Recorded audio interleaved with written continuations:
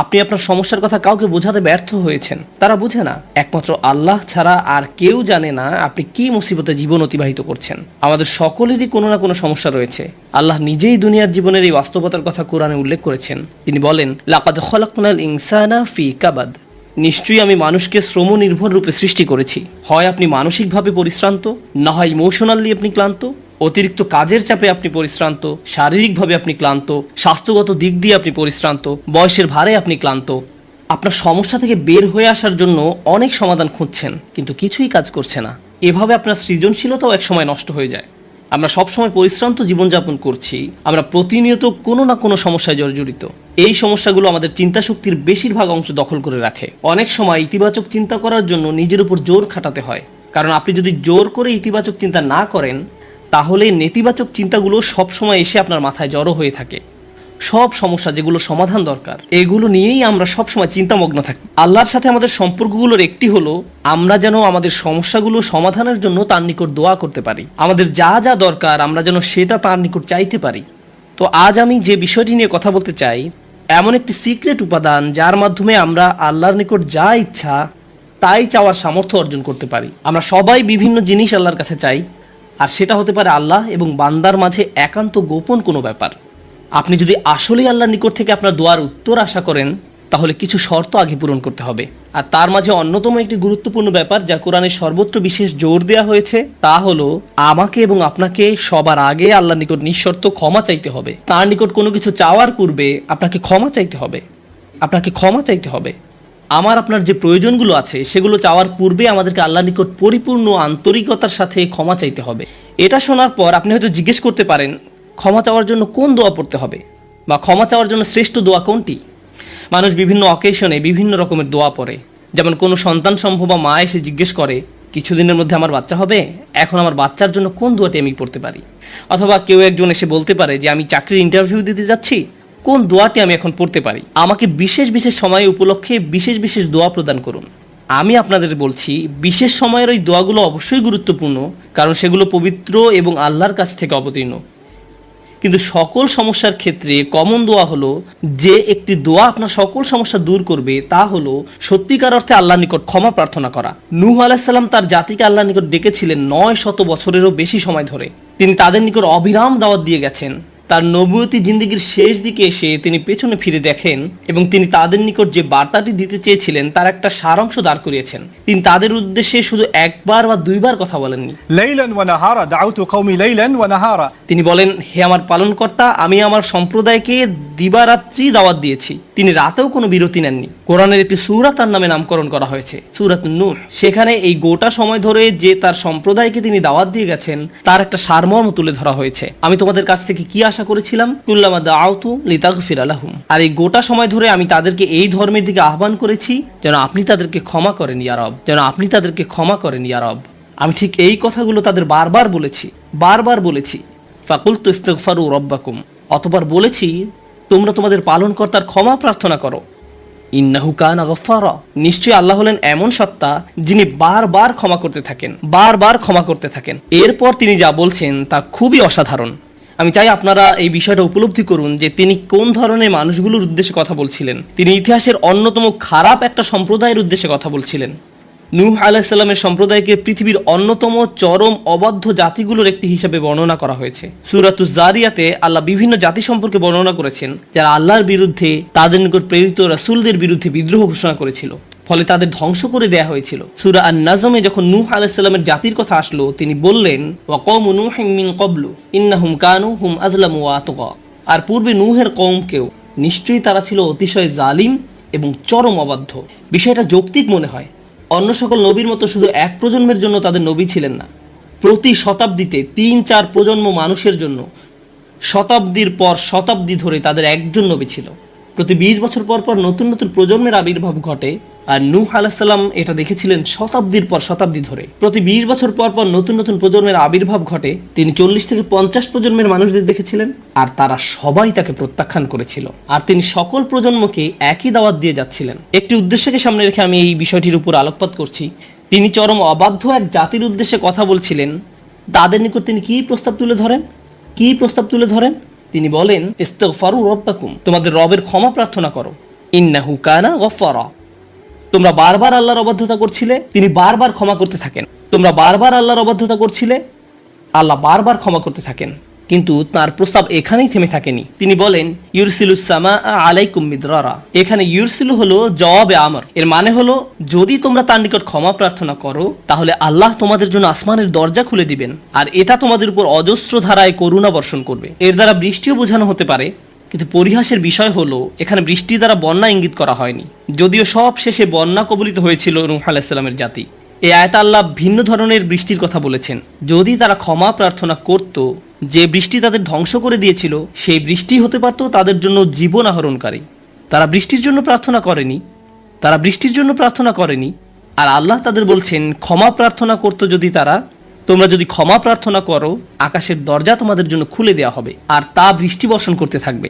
আল্লাহ বলেননি যে পানি বর্ষিত হবে, তিনি বলছেন আকাশ বর্ষণ করবে। কারণ আকাশ শুধু বৃষ্টি নয়, আরো রহমত বর্ষণ করতে পারে। আকাশ থেকে ক্ষমা আসে, আকাশ থেকে প্রশান্তি আসে, বিশ্বাস আসে, রিজিক আসে, সমস্যার সমাধান আসে আসমান থেকে। তিনি তোমাদের জন্য আকাশ খুলে দিবেন আর আকাশের সকল সম্পদ তোমাদের উপর অঝোর ধারায় বর্ষিত হতে থাকবে। আর তোমরা এতদিন রহমতের ভাগিদার হতে পারছিলে না কারণ তোমরা ক্ষমা প্রার্থনা করনি। তাই এখন ক্ষমা চাইলে এটা খুলে যাবে। একটা একটা করে আপনার সমস্যাগুলোর কথা আল্লাহকে বলেন। আপনার এমনও সমস্যা থাকতে পারে যেটার কথা আপনি নিজেও জানেন না, কিন্তু আল্লাহ জানেন। আমি আর আপনি যদি সত্যিকার অর্থে আল্লাহ নিকট ক্ষমা চাইতে পারি তাহলে ওই অজানা সমস্যাগুলো স্বর্গীয় হস্তক্ষেপে সমাধান হয়ে যাবে। ইউরসিলুস সামা আলাইকুম মিদরারা। আল্লাহ সুবহানাহু ওয়া তাআলা এখানেই থেমে যাননি। আপনি কার জন্য ক্ষমা চাচ্ছেন? আপনার নিজের জন্য। ইস্তাগফিরু রাব্বাকুম। তোমরা নিজেদের জন্য ক্ষমা প্রার্থনা করো। আল্লাহ বলেন ওয়ায়ুমদিদকুম বিআমওয়ালিন ওয়া বানিনা। তোমাদের ধন সম্পদ, তোমাদের সন্তান সন্ততি বাড়িয়ে দেওয়া হবে। তিনি ধন সম্পদ এবং সন্তান সন্ততি দিয়ে তোমাদের ঐতিহ্যকে সমৃদ্ধ করে দিবেন। এমন সম্পদ নয় যা আপনাকে আল্লাহর কাছ থেকে দূরে সরিয়ে দিবে, কারণ এই টাকা দেওয়ার কথা এসেছে আপনার ক্ষমা চাওয়ার প্রেক্ষাপটে। তিনি আপনাকে ভালো অর্থ দিবেন যা আপনার জন্য দুনিয়াতে এবং পরকালে কল্যাণ নিয়ে আসবে। তিনি আপনাদের ভালো সন্তান দান করবেন যারা আপনার জীবিত থাকা অবস্থায় ভালো কাজ করবে, তারা আপনাদের সম্মান করবে, ভালোবাসা দেখাবে, আনুগত্য করবে, আপনি তাদের দেখে গর্বিত হবেন। এমনকি আপনি এই দুনিয়া ছেড়ে চলে গেলেও তারা ভালো কাজ করতে থাকবে যা সাদাকায়ে জারিয়া হিসাবে আপনার আমলনামায় এসে যোগ হবে। আল্লাহ আপনাকে এই সব কিছু দান করবেন। প্রসঙ্গত এই দুই শব্দ অর্থ এবং সন্তান সন্ততি, ইন্নাহুম আসাউনি ওয়াত্তাবাউ মান লাম ইয়াজিদহু মালুহু ওয়া ওয়ালাদুহু ইল্লা খাসারা। আমার সম্প্রদায় আমাকে অমান্য করেছে আর অনুসরণ করেছে এমন লোককে যার অর্থ ও সন্তান সন্ততি কেবল তার ক্ষতি বৃদ্ধি করেছে। কিন্তু আপনার ক্ষমা চাওয়ার পরে আল্লাহর পক্ষ থেকে যে ধন সম্পদ এবং সন্তান সন্ততি আসে তা আপনার জন্য শুধু কল্যাণই নিয়ে আসে। একই ধন সম্পদ এবং সন্তান সন্ততি, পার্থক্য হলো এখন তাদের উপর আল্লাহর ক্ষমা ও রহমত রয়েছে। বিষয়টা এমন যেন তারা দূষিত হয়ে গিয়েছে, যতক্ষণ না আল্লাহ তার ক্ষমার মাধ্যমে তাদের পরিশুদ্ধ করেন। আল্লাহর নিকট ক্ষমা প্রার্থনা করলে কত শত পথ আপনার জন্য খুলে যাবে। আসমানের দরজা আপনার জন্য এমন ভাবে খুলে যাবে যে আপনি কল্পনাও করতে পারবেন না। আপনি সবকিছু আরো ভালোভাবে বুঝতে পারবেন। আপনার ব্যক্তিগত সমস্যাগুলো দূর হতে শুরু করবে। উদাহরণস্বরূপ রাগের কথা ধরা যাক। রাগ হওয়া থেকে মুক্তি পাওয়া আসলেই অনেক কঠিন। বহু মানুষ খুবই সমস্যাপূর্ণ জীবনযাপন করে, খুব অল্পতেই রেগে যান, কিছু একটা তাদের সামান্যতেই ক্রোধান্বিত করে, আর তারা এর সাথে লড়াই করতে পারেন না। তারা তাদের এই সমস্যাটা বুঝতে পারেন কিন্তু নিজের কাছে অসহায় হয়ে পড়েন এবং মনে মনে ভাবেন, না, আমার পক্ষে এই রাগ হওয়া থেকে মুক্তি পাওয়া সম্ভব না। হুদায়বিয়ার সন্ধির সময় সাহাবীরা খুবই রাগান্বিত হয়ে পড়েছিলেন। তাদের রাগ দূর করা সম্পর্কে আল্লাহ কি বলছেন? তিনি বলছেন ওয়া আনজালা সাকিনাতা ফি কুলুবিল মুমিনিন। তিনি আকাশ থেকে বিশ্বাসীদের অন্তরে প্রশান্তি নাজিল করলেন। প্রশান্তি আমাদের নিজেদের কাছ থেকে আসে না, আমরা নিজেদের প্রশান্ত করতে পারি না। মুসা আলাইহিস সালামের মা ভয়ে টেনশনে প্রায় মারা যাচ্ছিলেন যখন তার ছোট শিশু একটা বক্সে বন্দি করে পানিতে ভাসিয়ে দিলেন। লাউলা আর রাবাতনা আলা কলবিহা, যদি আমি তার হৃদয়কে দৃঢ় করে না দিতাম। তার নিজের পক্ষে সে অন্তরকে দৃঢ় করা সম্ভব ছিল না। ঐশ্বরিক হস্তক্ষেপ বললে এটা ব্যাপার আছে। আল্লাহ তার অন্তরকে দৃঢ় করেছিলেন, যা আমাদেরকে আমাদের ব্যক্তিগত দুর্বলতা এবং প্রবণতা থেকে সুস্থ হতে সাহায্য করে। কিছু কিছু মানুষ অশ্লীলতার প্রতি খুবই আকৃষ্ট হয়ে পড়ে, কেউ কেউ ক্রোধ নিয়ন্ত্রণ করতে পারে না, আবার কেউ কেউ মারাত্মক লোভী, সবসময় শুধু টাকা পয়সা নিয়ে চিন্তামগ্ন থাকে। তারা এসব থেকে বের হয়ে আসতে চায় কিন্তু নিজেদের সাথে যুদ্ধ করে পারে না। এই সব সমস্যার সমাধান আসে আল্লাহর পক্ষ থেকে।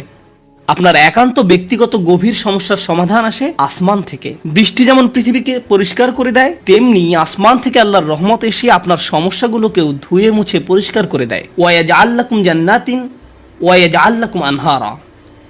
তোমাদের জন্য উদ্যান স্থাপন করবেন, তোমাদের জন্য নদী নালা প্রবাহিত করবেন। অর্থাৎ আল্লাহ বলছেন যদি শুধু ক্ষমা চাও সবই দিব। আমি আপনি মনে করি যে যদি আমরা আল্লাহর কাছে ক্ষমা চাই তাহলে শুধু ক্ষমা পাবো, কিন্তু আল্লাহ বলছেন যদি ক্ষমা চাও তাহলে এমন কিছু নেই যা আমি তোমাদের দিব না। বিষয়টা এমন যে আপনি ইচ্ছা করলে এক এক করে বিভিন্ন জিনিস চাইতে পারেন, অথবা শুধু ক্ষমা চান তাহলে সবই পাবেন। কি আর বাকি থাকে? অর্থ, সন্তান সন্ততি, আপনার সকল সমস্যার সমাধানে আকাশ খুলে যাবে, বাগান, নদী, সব কিছু আপনার জন্য প্রস্তুত। মানুষ সাধারণত মনে করে যে যদি তার আল্লাহর ক্ষমা চায় তাহলে এটা শুধু তাদেরকে পরকালে সাহায্য করবে, কিন্তু এই আয়াতগুলো আমাদের বলছে না। এই আয়াতগুলো আমাদেরকে বলছে যে না, আল্লাহ শুধু আমাদেরকে পরকালেই সাহায্য করবেন তা নয়, তিনি আমাদেরকে এই দুনিয়াতেও সাহায্য করবেন। একবার হজের কথা চিন্তা করুন। আমার আপনার জন্য হজের সবচেয়ে বড় অনুপ্রেরণা হলো আমাদের অতীতের সকল গুনাহ মাফ করে দেওয়া হবে, আমরা নতুন করে আবার শুরু করতে পারবো। যে কাপড়ে আপনি কবরে শায়িত হওয়ার কথা সেরকম একটি কাপড়ে আপনি হজে যান। এমনকি হজের সময় যখন আমরা মার্চ করি সে সম্পর্কে বলা হয়েছে সুম্মা আফিদু মিন হাইসু আফদান নাস ওয়াস্তাগফিরুল্লাহ, অতঃপর তোমরা প্রত্যাবর্তন করো যেখান থেকে মানুষরা প্রত্যাবর্তন করে, এবং আল্লাহর কাছে ক্ষমা চাও। হজের মূল বিষয় হলো আল্লাহর নিকট ক্ষমা চাওয়া, এটাই হজের মূল উদ্দেশ্য। আর সেই হজের সময় আমরা কি দোয়া করি? রব্বানা আতিনা ফিদ দুনিয়া হাসানা অফিল আখিরাতি হাসানা অফিল আখিরাতি হাসানা। প্রতিটি তাওয়াফে একই দোয়া পাঠ করা হয় যা কোরআনে মাজিদে এসেছে, রব্বানা আতিনা ফিদ দুনিয়া অফিল আখিরা রব্বানা আতিনা ফিদ দুনিয়া হাসানা অফিল আখিরাতি হাসানা। আমাদেরকে এই দুনিয়ার কল্যাণ এবং পরকালের কল্যাণও দান করুন। অন্য কথায় এই দুনিয়ায় আমাদেরকে এমন কল্যাণ দান করুন যা পরকালের কল্যাণকে নিশ্চিত করবে। এরকম কিছুর অস্তিত্ব রয়েছে, আর এই সব কিছু আমরা তখনই পাবো যখন আমি আপনি আন্তরিকতার সাথে আল্লাহর নিকট ক্ষমা চাইব। খুতবার এই অংশটার উদ্দেশ্য ছিল আপনাদের নিকট ক্ষমা চাওয়ার কিছু উপকারিতা তুলে ধরা, ক্ষমা চাওয়ার লক্ষ্য বর্ণনা করা। কিন্তু আমরা এখনো বলিনি যে কিভাবে ক্ষমা চাইব। কেউ কেউ কৃত্রিম উপায়ে ক্ষমা চায়, আস্তাগফিরুল্লাহ আস্তাগফিরুল্লাহ আস্তাগফিরুল্লাহ। কারো কারো জন্য এটা এত নকল যে একবার আলী রাদিয়াল্লাহু তাআলা আনহু একজনকে এরূপ করতে দেখে বললেন, তোমার ইস্তেগফারেরও ইস্তেগফার প্রয়োজন, এর মাধ্যমে শুধু জিহ্বার ব্যায়ামই হয়, আর কিছু না। আমি এখন আপনাদের এমন একটি বিষয়ের কথা বলবো যা আমাদেরকে আল্লাহর নিকট ক্ষমা চাওয়া থেকে বিরত রাখে। বিষয়টা একজনের কাছে কতটুকু প্রত্যাশা করা হয় তার সাথে সম্পর্কযুক্ত। কিছু কিছু মানুষ মনে মনে এই সিদ্ধান্তে উপনীত হয়ে যায় যে আমি সারা জীবন ধরে অসংখ্য পাপে নিমজ্জিত ছিলাম, আল্লাহ মনে হয় আমাকে খুব একটা পছন্দ করেন না। কোনো কোনো মানুষ এমনকি এত দূর পর্যন্ত চলে যায় যে বলে ওঠে আল্লাহ আমাকে পছন্দ করেন না, আল্লাহ আমার উপর খুবই রাগান্বিত। আমি জানতাম আল্লাহ এই কাজগুলো আমাকে করতে নিষেধ করেছেন, কিন্তু তারপরেও আমি করেছি। শুধু একবার নয়, বহুবার এই খারাপ কাজগুলো করেছি। সুতরাং আল্লাহর ভালো মানুষের তালিকায় আমি নেই, আমার নামাজের কোনো দাম নেই। মানুষ যখন নিজের সম্পর্কে এইরকম ধারণা পোষণ করে তখন সে কি করে জানেন? আমি তো খুবই খারাপ মানুষ, আপনি কি আমার জন্য একটু দোয়া করতে পারবেন? কারণ আমি ইতোমধ্যে দোয়া করার যোগ্যতা হারিয়ে ফেলেছি। এখন আপনাকে আমার জন্য দোয়া করতে হবে, কারণ আমি আশা করছি আল্লাহ অন্তত আপনার দোয়া কবুল করবেন। এতে হয়তো আমার একটা সুযোগ তৈরি হতে পারে, কারণ আমার কথা তিনি শুনবেন না। আপনাদেরকে আবার একটু পিছনে নিয়ে যাই। নূহ আলাইহিসসালাম কাদের কাছে আল্লাহর নিকট ক্ষমা চাওয়ার এই প্রস্তাব তুলে ধরেছিলেন? নূহ আলাইহিসসালাম কি এমন মানুষদের নিকট এই প্রস্তাব তুলে ধরেছিলেন যারা সারা রাত মসজিদে কাটাতো, যারা প্রতি বছর হজ পালন করতে যেত, রোজা রাখতো এবং অন্যান্য সৎ কাজ করত? না, নূহ আলাইহিসসালাম ক্ষমা পাওয়ার এই প্রস্তাব তুলে ধরেন ইতিহাসের অন্যতম একটি বিদ্রোহী সম্প্রদায়ের প্রতি, যারা প্রজন্মের পর প্রজন্ম ধরে বিদ্রোহী ছিল। তিনি তাদের বলেন, তোমরা যদি শুধু ক্ষমা চাও, আল্লাহ শুধু তোমাদের ক্ষমা করবেন তাই নয়, বরং তিনি তোমাদের জন্য আকাশের ধনভাণ্ডার খুলে দেবেন। নিজের সম্পর্কে এমন বলবেন না যে আমি অনেক দূরে হারিয়ে গেছি, যদি কিছু হয় তা হবে আমার মায়ের দোয়াতে বা অন্য কারো দোয়াতে। আপনার মনের এমন অবস্থার সুযোগ গ্রহণ করে শয়তান, মানুষের মনের হতাশাজনক পরিস্থিতির সুযোগ গ্রহণ করে শয়তান, আর এর মাধ্যমে তাকে শিরকে নিমজ্জিত করে। এই হতাশা শিরকের একটি দরজা। কেন জানেন? তখন মিথ্যা ধর্ম আসে এবং আপনাকে বলে আপনি তো অনেক বড় পাপী, আপনার পক্ষে ক্ষমা পাওয়া সম্ভব নয়। যিশুকে বলুন আপনাকে ক্ষমা করে দিতে। আপনি যিশুর সাথে ভালো সম্পর্ক করুন, তিনি আল্লাহর সাথে আপনার সম্পর্ক ভালো করে দিবেন। আল্লাহ এবং আপনার মাঝখানে যিশু এসে দাঁড়াবে, অথবা তারা অন্য কাউকে মাঝখানে দাঁড় করাবে, বলবে অমুক পীর, তার কবরের কাছে গিয়ে কিছু চকলেট রাখো। তাহলে তিনি আল্লাহকে বলবেন আপনার সমস্যার সমাধান করে দিতে। আপনি এখন আল্লাহর সাথে কথা বলতে পারবেন না, কিন্তু ওই পীর তিনি আল্লাহর প্রিয় বান্দা, তাই আপনি তার মাধ্যমে আল্লাহর কাছে আপনার দরখাস্ত পেশ করুন। এভাবে শিরকের দরজা খুলে যায়। অন্য কথায় আল্লাহর সাথে আমাদের সরাসরি যোগাযোগের মূল বিষয়টি তাওহীদের মানেই হলো সরাসরি যোগাযোগ। লা ইলাহা ইল্লাল্লাহ একই কথা বলে। আর এই সব কিছুর মূল কথা হলো আপনার যা প্রয়োজন তা সরাসরি আল্লাহর নিকট প্রার্থনা করুন। যে বিষয়টি আমাদের সকল প্রয়োজন পূরণ করবে তা হলো আল্লাহর নিকট ক্ষমা প্রার্থনা করা। এখন এই ক্ষমা চাওয়াটা দুই ভাবে হয়ে থাকে, জিহ্বার মাধ্যমে ক্ষমা চাওয়া এবং অন্তরের মাধ্যমে ক্ষমা চাওয়া। মানুষ সাধারণত নিজের পক্ষে যুক্তি দিয়ে থাকে। আমি যদি কোনো কারণে আপনার সমালোচনা করি, যেমন ধরুন কাউকে বললাম, এই যে আমি আপনাকে অমুক অমুক কথা বলতে শুনেছি, সে তাৎক্ষণিক হয়তো বলে উঠবে, এক্সকিউজ মি, আমি এমনটা বোঝাতে চাইনি, আপনি তো পুরো ঘটনাটা জানেনই না। আপনি সাথে সাথে নিজের পক্ষে যুক্তি দিতে শুরু করেন, আত্মরক্ষামূলক হয়ে ওঠেন।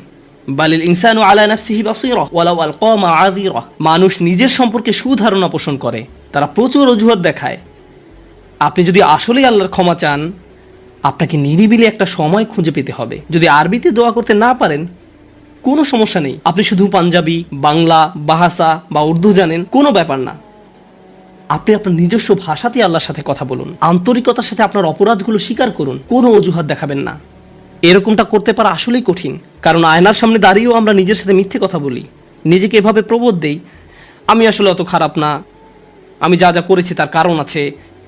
যখন আপনি আল্লাহর সামনে দাঁড়াবেন, নিজের কাজের বৈধতা দেওয়ার কথা ভুলে যান। আল্লাহ জানেন আপনি কি অবস্থার মধ্যে দিয়ে যাচ্ছেন, তিনি জানেন এটা কঠিন সময় ছিল, তিনি জানেন অমুক অমুক বিষয় আপনাকে সম্পূর্ণ গ্রাস করে ফেলেছিল। ইয়া রব, আমি অনেক চাপের মধ্যে ছিলাম তাই মদ খেয়েছি। তিনি আপনার সবগুলো অজুহাত সম্পর্কে আপনার চেয়ে ভালোভাবে জানেন। আপনাকে অকপটে তার নিকট আসতে হবে, ফিল্টার ছাড়া, কোনো দ্বিধাদ্বন্দ্ব ছাড়া, নির্দ্বিধায়, কোনো রকমের বিব্রত বোধ করা ছাড়া। অনেক সময় আমরা নিজেদের পাপ স্বীকার করতে বিব্রত বোধ করি, একরাশ লজ্জা এসে আমাদের জড়িয়ে ধরে। কিন্তু যতক্ষণ না আপনি আল্লাহর নিকট অকপটে সকল পাপ স্বীকার করে নিচ্ছেন, আর এভাবে যখন নিজের উপর যে অন্যায়গুলো এতদিন ধরে করে এসছেন তা আপনি মুখ দিয়ে উচ্চারণ করতে শুরু করবেন, আমার বিশ্বাস করতে কষ্ট হয় যে সে সময় আপনার চোখ দিয়ে কোনো অশ্রু নির্গত হবে না। একজন মানুষের পক্ষে এটা অসম্ভব যে সে আল্লাহর সামনে এভাবে নিজেকে খোলাখুলি উপস্থাপন করবে আর তার চোখ দিয়ে কোনো অশ্রু বের হবে না, কারণ এটা দুর্বলতা প্রকাশের সময়। দুনিয়ার সামনে আমরা সাধারণত নিজেকে শক্তিশালী, আত্মবিশ্বাসী এবং দিব্যি সুস্থ হিসাবে উপস্থাপন করি। সবাই আমাদের দেখে মনে করে সবকিছু ঠিক আছে, কিন্তু ভেতরে ভেতরে যে আমি বহু সমস্যায় জর্জরিত তা একমাত্র আল্লাহ জানেন। আপনাকে সকল জড়তা কেটে তার নিকট সম্পূর্ণ খোলাখুলিভাবে নিজেকে উপস্থাপন করতে হবে, আর কেবল তখনই আপনি আল্লাহর নিকট ক্ষমা চাওয়ার অবস্থানে যেতে পারবেন। তারপর সিজদায় গিয়ে কাঁদতে থাকুন। তখন এটা শুধুমাত্র আস্তাগফিরুল্লাহ আস্তাগফিরুল্লাহ বলার মতো হবে না, এটা হয়ে উঠবে আল্লাহর সাথে একটি সত্যিকারের কথোপকথন, আল্লাহর নিকট সত্যিকার অর্থে পাপ স্বীকার। এটা খুবই শক্তিশালী একটা অনুশীলন, চেষ্টা করে দেখুন। আপনাকে একটা নিরিবিলি সময় খুঁজে পেতে হবে। নিশ্চিত করুন যে কেউ আপনার কথা শুনছে না। আপনার স্ত্রী বিছানায় শুয়ে আছে, এমত অবস্থায় মাঝরাতে ঘুম থেকে উঠে এভাবে দোয়া করতে পারবেন না, ইয়া আল্লাহ আমাকে ক্ষমা করে দিন, কারণ আপনার স্ত্রী তো আপনার দোয়া শুনতে পাচ্ছে। এভাবে করাটা নিষিদ্ধ নয়, কিন্তু একা একা দোয়া করা আপনার জন্য ভালো হবে। মোট কথা, নির্জন কোনো জায়গা খুঁজে বের করুন যেখানে আপনি একান্তে আল্লাহর সাথে কথা বলতে পারবেন। যদি আপনি এক গাদা আরবি দোয়া মুখস্থ করেন যার অর্থও আপনি জানেন না, আর বিড়বিড় করে সেগুলো উচ্চারণ করতে থাকেন, সে দোয়াগুলো অবশ্যই উত্তম এবং শক্তিশালী, কিন্তু আপনার অন্তরের সাথে যদি সেগুলোর কোনো যোগাযোগ না থাকে, শুধু জিহ্বা দিয়ে উচ্চারণ করছেন, তাহলে আপনি আসলে ক্ষমা প্রার্থনা করছেন না। আল্লাহ আপনাকে এই জিকিরের পুরস্কার দান করুন, কিন্তু এর নাম আসলে ইস্তেগফার বা ক্ষমা প্রার্থনা নয়। ইস্তেগফার অন্য কিছু। যখন আপনার চক্ষু খুলে অশ্রু নির্গত হতে শুরু করে, তখন আকাশের দরজা খুলে যায়, তখনই সেটা খুলবে। এই দুইটার মাঝে একটা কানেকশন আছে। সর্বশেষ যে বিষয়টি আমি আপনাদের সাথে শেয়ার করতে চাই তা হলো আল্লাহর উপর আশা ধরে রাখা। অনেকের জন্য এই বিষয়টা মেনে নেওয়া বেশ কঠিন যে আল্লাহ তার কথা শুনবেন, আমার দোয়া তার নিকট গুরুত্বহীন, আমি দোয়া করার কোনো অর্থ দেখি না। আপনাদের একটা কথা বলে রাখি, আল্লাহর নিকট থেকে আপনি সর্বশ্রেষ্ঠ যে উপহারটি পাবেন তা কি জানেন? ক্ষমা। এটাই সর্বশ্রেষ্ঠ উপহার। আপনি এটার মূল্য উপলব্ধি করুন আর নাই করুন, আর যা কিছু আল্লাহ আপনাকে দিবেন বলেছেন এর সবই অতিরিক্ত। আপনাদেরকে একটা উদাহরণ দিই। আমার অনেকগুলো সন্তান আছে। ধরুন আমার এক সন্তানের উপর আমি খুবই অসন্তুষ্ট, সে কোনো একটা অন্যায় করেছে, আমি খুবই রাগান্বিত হয়ে আছি, আমার বিশ্বাস করতে কষ্ট হয় যে তুমি এটা করেছো। এভাবে আমি তাকে কিছুটা বকাঝকা করলাম, তোমার এটা বলা উচিত হয়নি, তোমার এটা করা উচিত হয়নি। তারপরের দিন অন্য এক সময় আমার জন্য তার কিছু একটা করার কথা, যেমন আমার জন্য একটা কার্ড বানানোর কথা যাতে লেখা থাকবে বাবা আমি তোমাকে ভালোবাসি। সে জিনিসটা আঁকলো, কিন্তু তারপর কি মনে করে কাগজটা টুকরা টুকরা করে ময়লার বক্সে ফেলে দিল। এটা দেখে তার অন্য ভাই বলল, তুমি এটা ফেলে দিলে কেন? জবাবে সে বলল, বাবা আমার উপর খুবই রাগান্বিত, তিনি এটার প্রতি কোনো গুরুত্ব দিবেন বলে মনে হয় না। আমি যদি জানতাম যে সে বিষয়টাকে এভাবে দেখছে তাহলে আমি কি করতাম? আমি কি এভাবে বলতাম যে হ্যাঁ ফেলে দাও, না, বরং আমি আবেগে কেঁদে ফেলতাম। কিভাবে তুমি ভাবতে পারলে যে আমি তোমাকে আর ভালোবাসি না? হ্যাঁ, তুমি অন্যায় করেছো, তুমি ভুল করেছো, কিন্তু তুমি এখনো আমার সন্তান। তুমি 1000 বার ভুল করলেও আমি তোমাকে ভালোবাসবো। আমাকে ওই কার্ডটি দাও, আমি সেটা ফ্রেমে বাঁধিয়ে রাখবো, ময়লার বাক্স থেকে নিয়ে গ্লাসে আটকিয়ে রাখবো, সারা জীবন ধরে যত্ন করে রাখবো। কেন? কারণ আমি আমার সন্তানদের ভালোবাসি, তারা যতই ভুল করুক না কেন, এমনকি যদি তাদের আচরণ আমাকে রাগান্বিতও করে। এটা শুধু আমি এবং আমার সন্তানদের সম্পর্ক। কিন্তু আমি আমার আর সন্তানদের নিয়ে কথা বলছি না। এই উদাহরণের মাধ্যমে আমি কথা বলছি আমার এবং আল্লাহর সম্পর্ক নিয়ে। আমি ভুল করি, আল্লাহ এমনকি আমাকে বকাঝকাও করেন না। আমি ভুল করার কারণে তিনি আমার উপর বজ্রপাত করেননি, তিনি আমাকে জাহান্নামে নিক্ষেপ করেননি, তিনি আমার হার্টবিট বন্ধ করে দেননি। যখনই আমি মিথ্যে বলি, আমি বোবা হয়ে যাই না। প্রতিবার হারাম কিছু খেয়ে ফেলার কারণে আমার হাত অবশ হয়ে যায় না, হারাম কিছুর দিকে তাকানোর কারণে আমি অন্ধ হয়ে যাইনি। তিনি এখনো দিয়েই যাচ্ছেন। আর আমি কিনা চিন্তা করতে শুরু করলাম যে আল্লাহ আমাকে আর ভালোবাসেন না। আল্লাহর সাথে আমার সম্পর্ক একসময় ভালো ছিল, কিন্তু এখন যেহেতু আমি খারাপ হয়ে গিয়েছি, তাই ভালোবাসা এখন হারিয়ে গেছে। তাহলে দোয়া করার কি অর্থ আছে? মনে রাখুন, আল্লাহর মতো কেউ আপনাকে ভালোবাসে না। আমি আমার সন্তান বা পিতামাতার প্রতি যে ভালোবাসা প্রদর্শন করি, তা আল্লাহ তাআলাই আমার ভেতরে দিয়েছেন। আমরা এমনি এমনি কাউকে ভালোবাসতে সক্ষম নই। ভালোবাসা আল্লাহর পক্ষ থেকে একটি উপহার। যদি আল্লাহর দুইটি সৃষ্টির মাঝে ভালোবাসা এত দৃঢ় হয়, আমাদের পক্ষে কল্পনাও করা সম্ভব নয় যে আমাদের জন্য আল্লাহর ভালোবাসা কত প্রগাঢ়, যে আমাদের জন্য আল্লাহর ভালোবাসা কত গভীর। কেউ এর বিপরীত বললে তার কথায় কান দিবেন না। একমাত্র যে মনে করে আল্লাহ তাকে ঘৃণা করে, তার কোনো আর আশা নেই, সে হলো শয়তান। সে এটা বিশ্বাস করে। তার ক্ষমা চাওয়ার কোনো কারণ নেই, কারণ তার সকল আশা হারিয়ে গেছে আর সে নিজের সম্পর্কে এটা মেনে নিয়েছে। এখন আপনি যদি নিজের সম্পর্কে এরকম মনে করেন, তাহলে কার পথ আপনি অনুসরণ করছেন? একবার চিন্তা করে দেখুন। যদি আদম আলাইহিস সালাম জান্নাতে থাকা অবস্থায়, আর জান্নাতের চেয়ে উত্তম কোনো জায়গা তো আর আপনার পক্ষে থাকা সম্ভব নয়, তারপর তিনি একটি ভুল করলেন আর আল্লাহ আযজা ওয়া জাল্লা তাকে দুনিয়াতে পাঠিয়ে দিলেন। এখন আদম আলাইহিস সালাম যদি এরকম চিন্তা করতেন, আমার এত বড় একটা ডিমোশন হয়ে গেল, আমি কিভাবে আল্লাহর সাথে আবার কথা বলবো? আমি তাকে এত হতাশ করার পর কিভাবে কথা বলবো? কিন্তু আল্লাহ তাকে শিখিয়ে দিলেন কি করতে হবে, কিভাবে তার অন্তর আবার ঠিক করতে হবে। রব্বানা যালামনা আনফুসানা ওয়া ইল্লাম তাগফির লানা ওয়া তারহামনা লানাকুনান্না মিনাল খাসিরিন। জান্নাতের তুলনায় দুনিয়া তো কিছুই না। তিনি জান্নাত থেকে দুনিয়ায় এলেন, এত দূর নেমে আসা সত্ত্বেও এখনো তিনি আল্লাহর নিকটেই আছেন। এই শব্দগুলোই আল্লাহর সাথে তার সম্পর্ক আবার জুড়ে দিল। দোয়ার উপর আস্থা হারাবেন না। এত দূর নেমে আসা সত্ত্বেও এখনো তিনি আল্লাহর নিকটেই আছেন। আন্তরিকভাবে আল্লাহর কাছে কিভাবে দোয়া করবেন, তার প্রস্তুতি এখনই শুরু করুন। মনে রাখুন, আল্লাহ আপনাদের সবার দোয়া শুনবেন। উজিবু দাওয়াতাদ দাঈ ইযা দাআন। এই ঘোষণাটি রমজান মাসের।